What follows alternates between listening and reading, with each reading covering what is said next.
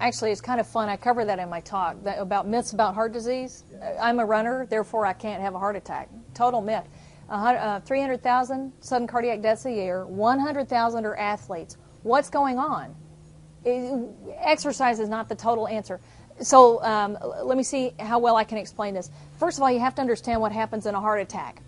And it's not that cholesterol plaque builds up on the wall and it slowly squeezes off over time. That's not it. In a heart attack, yes, there may be a plaque. It may not even be very big.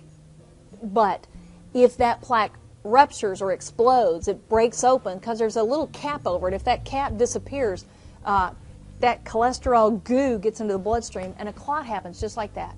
I mean, it's just that fast.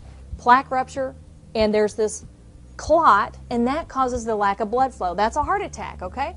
If it happens in such a way that the rhythm is messed up in the heart, you may have an abnormal rhythm, and that person will drop to the ground and die if they don't get medical help immediately.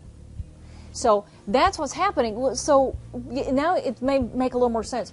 Being a runner does not protect you, okay? We all have plaque. I don't care how pure your lifestyle is or how young you are. Atherosclerosis is well established in people in their late teens. We can find fatty streaks in the blood vessels of children, okay? It's already started. So what you have to understand, though, is that plaque does not have to be very big in order to rupture and cause death. And when you realize that, hey, they've got a plaque, it's just ruptured, and they died, there's your answer. We know that athletes are less likely to die of heart attack sort of compared to the general population for most of the time. But while they are exercising and immediately after, their risk is much, much higher. So that's kind of the answer to that question. Now, this is another exciting thing about nitric oxide. Guess what it does? It stabilizes that cap over the plaque so that it's less likely to rupture. You may hear me say, somebody famous dies of sudden cardiac death like this again, and I'll say, it didn't have to happen.